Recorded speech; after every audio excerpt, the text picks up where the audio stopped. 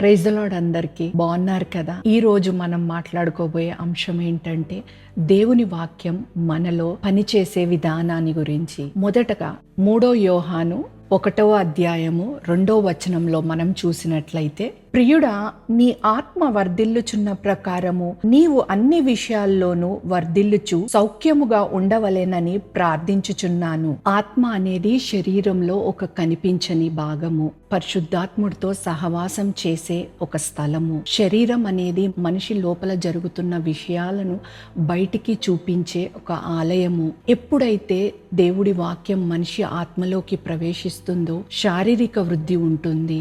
ఆత్మీయంగా వర్ధిల్లటం అంటే మన ఆలోచనలు దేవుని సత్యవాక్యంతో ఏకీభవించడము, దేవుని చిత్తానుసారంగా నడవడము. తర్వాత ఆత్మీయంగా వర్ధిల్లుట, శారీరకంగా వర్ధిల్లటానికి, అన్ని రంగాల్లో కూడా వర్ధిల్లటానికి సహాయపడుతుంది. యాకోబు 1:21లో మనం చూసినట్లయితే, అందుచేత సమస్త కల్మషమును విర్రవీగుచున్న దుష్టత్వమును మాని లోపల నాటబడి మీ ఆత్మలను రక్షించుటకు శక్తిగల వాక్యమును సాత్వికముతో అంగీకరించుడి.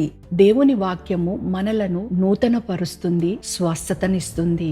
అయితే భయాలు, సందేహాలు, చెడు ఆలోచనలకు బదులుగా అదే స్థానంలో విశ్వాసము, ధైర్యము, సమాధానాన్ని మనకు కలుగజేస్తుంది.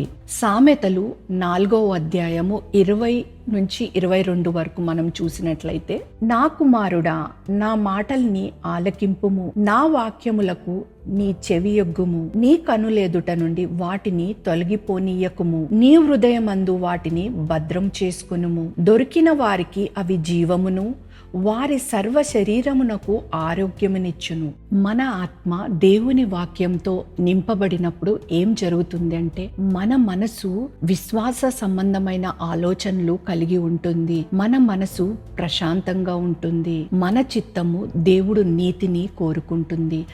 మన ఆత్మ ఎప్పుడైతే దేవుడి వాక్యంతో ఏకీభవిస్తున్నప్పుడు మనము శారీరకంగా, మానసికమైన ఆరోగ్యము కుదుట పడుతుంది. అధిక బలాన్ని మనము పొందుకుంటాము.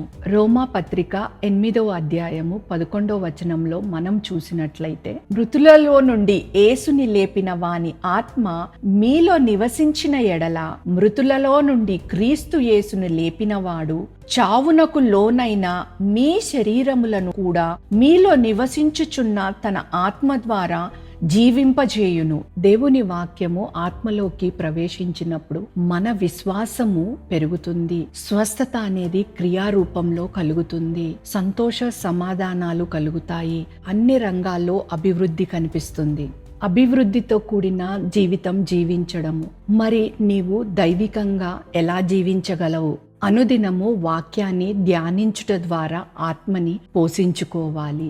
భయాలు, సందేహాలు, తప్పుడు ఆలోచనల నుంచి దూరం పెడుతూ మన హృదయాన్ని కాచుకోవాలి.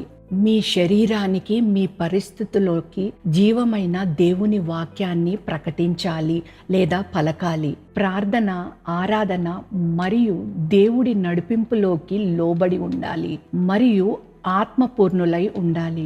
ఆత్మచేత మీరు నడిపింపబడినప్పుడు మీ ప్రాణము, మీ సర్వ శరీరము వృద్ధి చెందుతుంది. ఆఖరిగా ఈ మాటలు పలకండి: యేసయ్య నామంలో దేవుని వాక్యము నాలో సజీవంగా ఉంది. నా ఆత్మ దేవుని సత్యంతో నింపబడి ఉంది. నా శరీరము ఆరోగ్యము మరియు బలంతో నింపబడి ఉంది. నా ఆత్మ వర్ధిల్లుచున్న ప్రకారము అన్ని విషయంలో కూడా నేను వర్ధిల్లెదను. ఆమేన్. See you all in the next message. Stay blessed. God bless you. Thank you all.